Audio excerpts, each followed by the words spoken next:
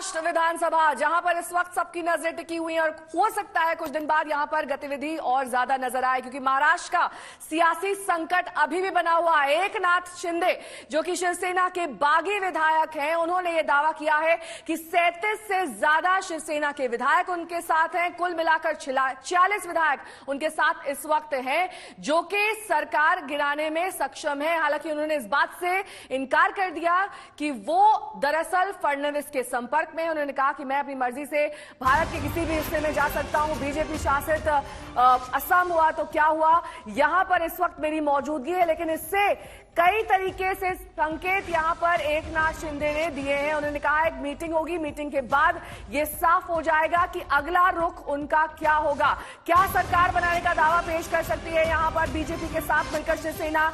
क्या इस प्रस्ताव को दरअसल राज्यपाल मानेंगे या नहीं? सबकी नजरें इस वक्त महाराष्ट्र की सियासत पर टिकी हुई है, जहां पर एक बार उद्धव ठाकरे कोरोना संक्रमित हो गए हैं। उन्होंने वर्चुअल तरीके से कैबिनेट की बैठक को संबोधित किया है।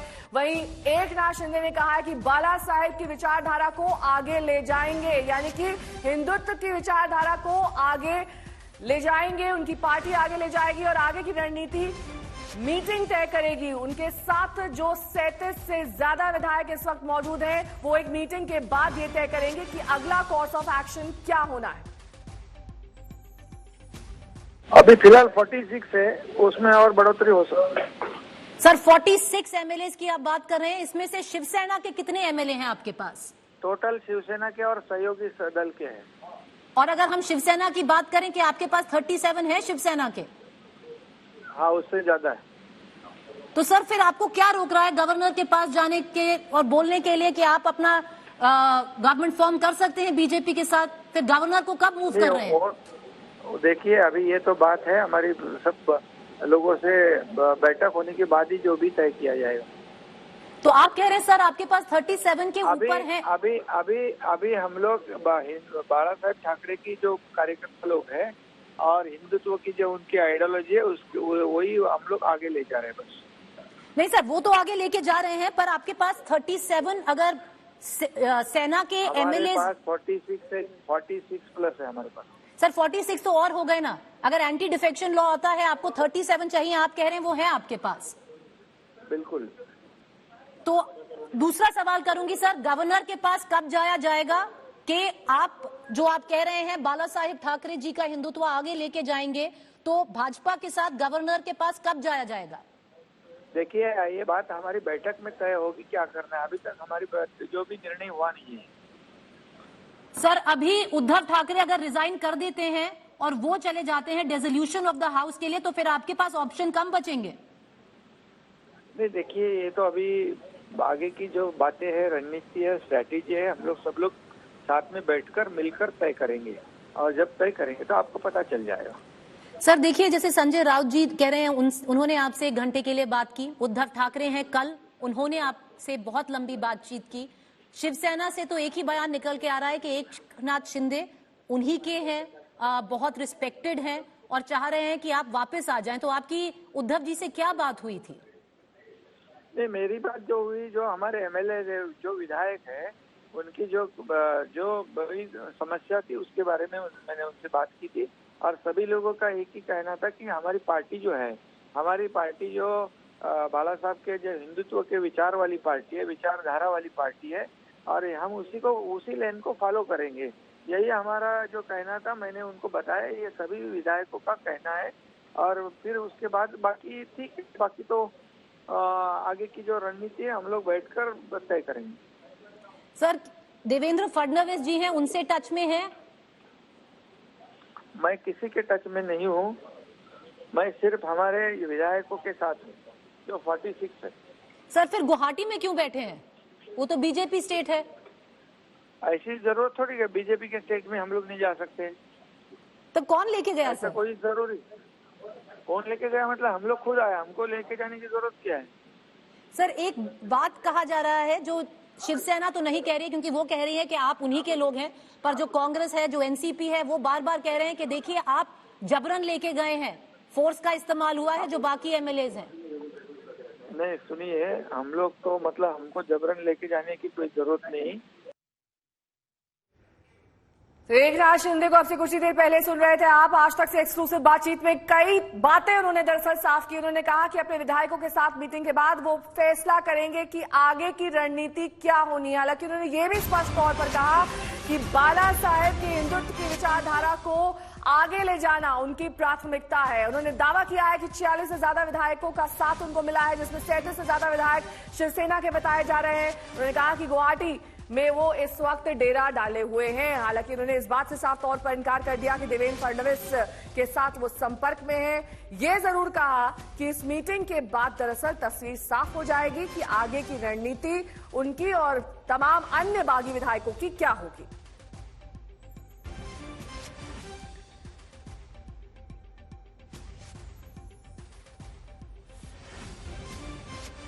और इस बीच बड़ी खबर आपको बता दें, शिवसेना नेता नितिन देशमुख ने साफ किया है कि वो अब भी उद्धव ठाकरे के साथ हैं। उन्होंने कहा कि सूरत में उनके पीछे 200 से ज्यादा पुलिस वाले लगा दिए गए थे, लेकिन इसके बावजूद अब उन्होंने सनसनीखेज बयान दिया है।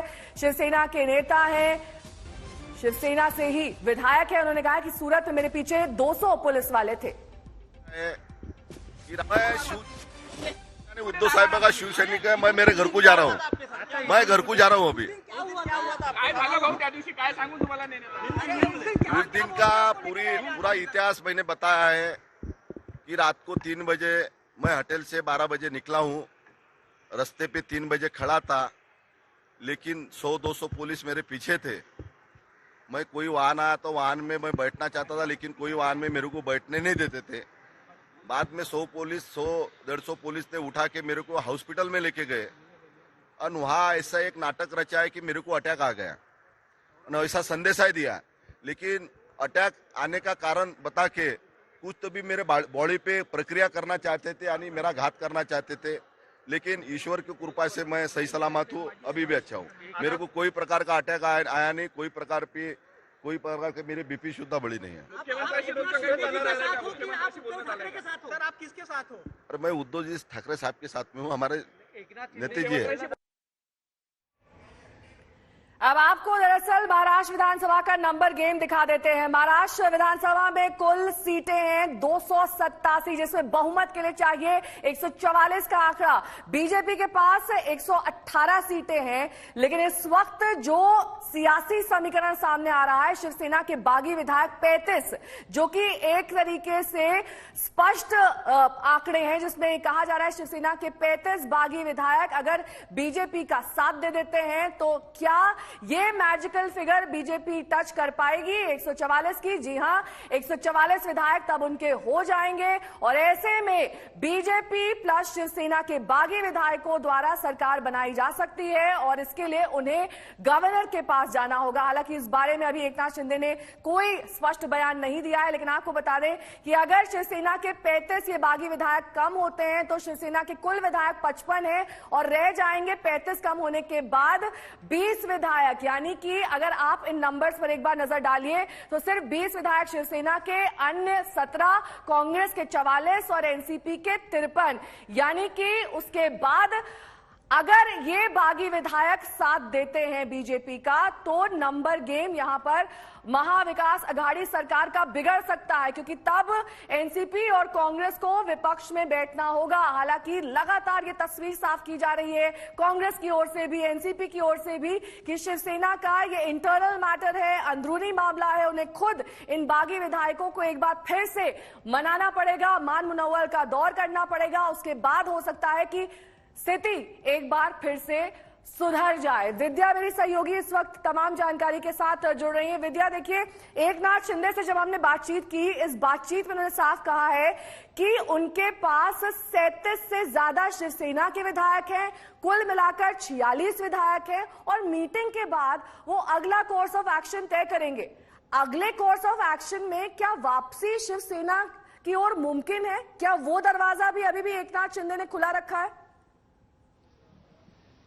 जी देखिए, अभी बातचीत का सिलसिला थमा नहीं है। ये बात शिवसेना भी बार बार कह रही है कि वो कोशिश कर रहे हैं अभी भी एकनाथ शिंदे को मनाने की, और यही वजह है कि फिलहाल जब तक ये बातचीत का सिलसिला चलता रहेगा, जब तक एकनाथ शिंदे कहेंगे कि बाकी पार्टियों का साथ छोड़ के बीजेपी के साथ सरकार बनाना चाहिए, या फिर जो उद्धव कह रहे हैं कि एमवीए को चलने दो, इसमें अभी कुछ और बदलाव करने की जरूरत नहीं है, तो इन दोनों में से एक बात तो जरूर होनी पड़ेगी। अगर नहीं होगी तो एकनाथ शिंदे अपना कदम जरूर उठाएंगे। लेकिन जैसा कि हर बार बार एकनाथ शिंदे से भी सवाल पूछा जा रहा था कि अगर आपके पास 37 से ज्यादा आंकड़े हैं एमएलएस के, शिवसेना के, तो आपको रोक क्या रहा है? क्यों नहीं आप आ रहे हैं सीधे गवर्नर के सामने और मांग कर रहे हैं कि उनको एक अलग पार्टी का दर्जा दे दिया जाए? हालांकि वो बार बार अभी भी यही कह रहे हैं कि वो शिव सैनिक हैं, शिवसेना के सदस्य हैं अभी भी, और बाला साहब ठाकरे को मांगते हैं। जब इतनी सब बातें कही गई हैं तो जरूर जो बाकी लोग कह रहे हैं, एमवीए की सरकार बार बार कह रही है कि शिवसेना शिंदे जो दावा कर रहे हैं कि उनके पास आंकड़े हैं, वो एक्चुअली वो सही नहीं कह रहे हैं, और यही वजह है कि अभी भी फिलहाल जो बातचीत का सिलसिला है उस पर जोर दिया जा रहा है। मौसमी सिंह मेरी सहयोगी इस वक्त तमाम जानकारी के साथ जुड़ी है। मौसमी, देखिए, क्या अगर हम माने कि शिवसेना की ओर से जो बागी विधायक हैं और जो नंबर्स यहां पर एकनाथ शिंदे ने दिए हैं, अगर वो सही है, वो नंबर 37 से ज्यादा शिवसेना के विधायक, कुल मिलाकर 46 से ज्यादा विधायक, हालांकि अभी भी इन नंबर्स पर संशय बना हुआ है, लेकिन अगर 35 का भी वो आंकड़ा है, तब भी हो सकता है आने वाले वक्त में एनसीपी और कांग्रेस जो है वो ऑपोजिशन में दिखाई दे, विपक्षी पार्टियां बन जाए। जी बिल्कुल, देखिए जिस तरह से जो घटनाक्रम हुआ है नेहा, अगर आप उस पर नजर दौड़ाएं, जिस तरह से 35 से 40 का दावा एकनाथ शिंदे कर रहे हैं, ऐसे में अगर आप 2/3 भी देख लें, एंटी डिफेक्शन लॉ अगर अप्लाई होता है तो 2/3 से कम विधायक शिवसेना के होने चाहिए जो उस पाले में जाए, पर ये 2/3 के आंकड़े के इर्द गिर्द घूम रहा है। 55 में अगर 37 आ जाते हैं, 37, तो मतलब कि वो 2/3 होता है, और ऐसे में जो दावा है वो उसी लक्ष्मण रेखा के इर्द गिर्द है। यही वजह है कि अभी भी कई संशय हैं, असमंजस की स्थिति है, और अभी कैबिनेट बैठक में ये तय होगा, क्योंकि कांग्रेस ने जिस तरह से, अब देखिए कांग्रेस नेताओं का ये रवैया था कि नहीं सरकार बची रहेगी। एक तरफ संजय राउत ट्वीट करके कह रहे हैं कि असेंबली भंग भी की जा सकती है, और दूसरी तरफ कांग्रेस इस तरह से आश्वस्त नजर आने की कोशिश कर रही है। तो बॉडी लैंग्वेज, मैसेजिंग और परसेप्शन का बहुत खेल होता है इसमें, एक तरीके से साइकोलॉजिकल बैटल होता है, और शरद पवार से बेहतर ये कोई नहीं जानता कि अगर आपका जो सबसे विश्वसनीय पात्र है, आपके घर का है, वो कैसे लंका ढा सकता है। ऐसे में देखना होगा कि क्या उद्धव ठाकरे इस सिचुएशन से बेल आउट कर सकते हैं। हमारे जो सूत्र हैं शिवसेना में वो ये बताते हैं कि कल जब ये खबर आई थी कि वो जो शिवसेना के विधायक हैं, वो चाहते थे कि वो कांग्रेस और एनसीपी से अलग हो जाएं, नहीं चाहते थे कि वो उनके साथ सरकार आगे चलती रहे, तो उसको लेके उद्धव ठाकरे का ये कहना था कि हमने एक रास्ता इख्तियार किया है, एक अलायंस किया है, और हम ठीक है मौसमी, आपके पास लौटेंगे। इस बीच कमलनाथ मुलाकात करने वाले हैं शरद पवार से ये अहम मुलाकात उनकी मानी जा रही है। कुछ देर पहले जब मौसमी सिंह मेरी सहयोगी ने उनसे बातचीत की थी, तभी भी वो इस मुलाकात के बारे में जानकारी दे रहे थे। अब मुंबई में शरद पवार से कमलनाथ की ये मुलाकात, जिस पर सबकी निगाहें टिकी हुई है, क्योंकि ये मुलाकात 2 सहयोगी दलों की है, वो सहयोगी दल जिनकी वजह से महाविकास आघाड़ी की सरकार महाराष्ट्र में बनी है। उद्धव से मेरी मुलाकात अभी नहीं हुई है, इस बारे में कमलनाथ ने स्पष्टीकरण दिया था, क्योंकि वो कोरोना संक्रमित है, लेकिन शरद पवार से उनकी मुलाकात होनी तय। कमलनाथ से मौसमी सिंह मेरी सहयोगी ने बातचीत की है, सुनिए। साहब हैं, ये उनसे बात करते हैं। सर, क्या लगता है आपको, अभी क्या सरकार बचेगी या नहीं बचेगी? देखिए, कांग्रेस के कारण कोई सरकार नहीं गिरेगी। कांग्रेस के विधायक सब एक हैं। 44 में से 44 में से 41 विधायक आज उपस्थित रहे। 3 रास्ते में है, क्योंकि मुझे निकल जाना है। मध्य प्रदेश में चुनाव हो रहे हैं, पंचायती चुनाव, नगर पालिका, नगर निगम के चुनाव है, इसीलिए मुझे निकल जाना है। पर सबने एक आवाज में कहा कि हम कांग्रेस और देश की संस्कृति के साथ खड़े रहेंगे। सोनिया गांधी ने आपको भेजा, आप दूध बन के आए, क्या कन्वे किया आपने विधायकों? मैंने उनका संदेश कन्वे किया कि उन्हें पूरा विश्वास है हर कांग्रेस विधायक पर। सरकार बचेगी कि नहीं सर, क्योंकि संजय राउत ने ट्वीट किया असेंबली भंग होने वाली है। देखिए, इसमें कोई मैं मानता नहीं हूँ, सच्चाई है। और अगर बात करें कोविड आपकी पॉजिटिव। मुलाकात थी उनसे? उनका मेरी मुलाकात थी, पर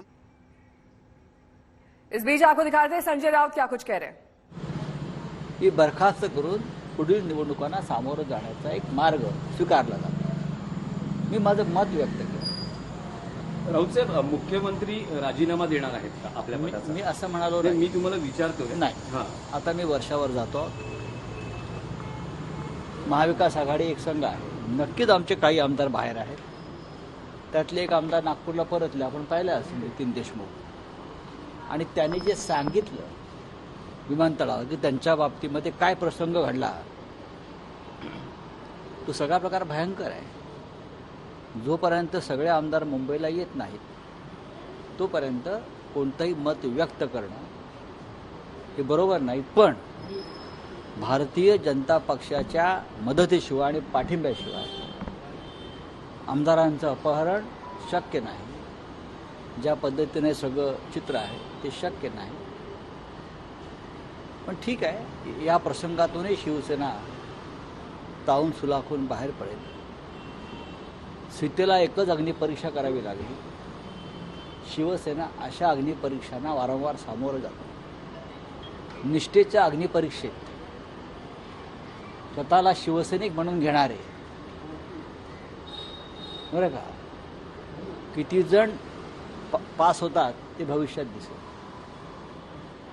आमचं लक्ष आहे ये शिवसेना अशा के लिए सगळ्या अग्नि परीक्षा लोकांवर, है और इसको शिवसेना ज्यांनी पार करेगी. बाळासाहेबांच्या स्मारकावर जाऊन निष्ठेच्या आणाभाका घेतल्या होत्या. निष्ठेच्या बाला साहब की समाधि पे जाके एकत्र राहण्याचा निर्णय लिया था, आणि एक कोणत्याही साथ परिस्थितीमध्ये रहने का निर्णय लिया था. दोघांना मदत करणार नाही. अशा प्रकारच्या आणाभाका ज्यांनी शिवतीर्थावर घेतल्या बाळासाहेब ठाकरेंच्या स्मारकावर, त्यांची अग्निपरीक्षा आता सुरुवात झाली. भविष्यात काय होईल, अग्नि परीक्षा की ये शुरुआत है. मी आता वर्षावर जातो.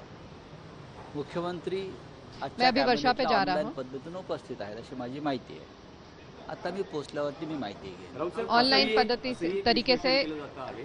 कैबिनेट की उद्धव मीटिंग ठाकरे होगी. यांचाच हा सरकारमधून बाहेर पडण्याचा नाही. एक्झिट प्लॅन हे अत्यंत चुकीचं आहे.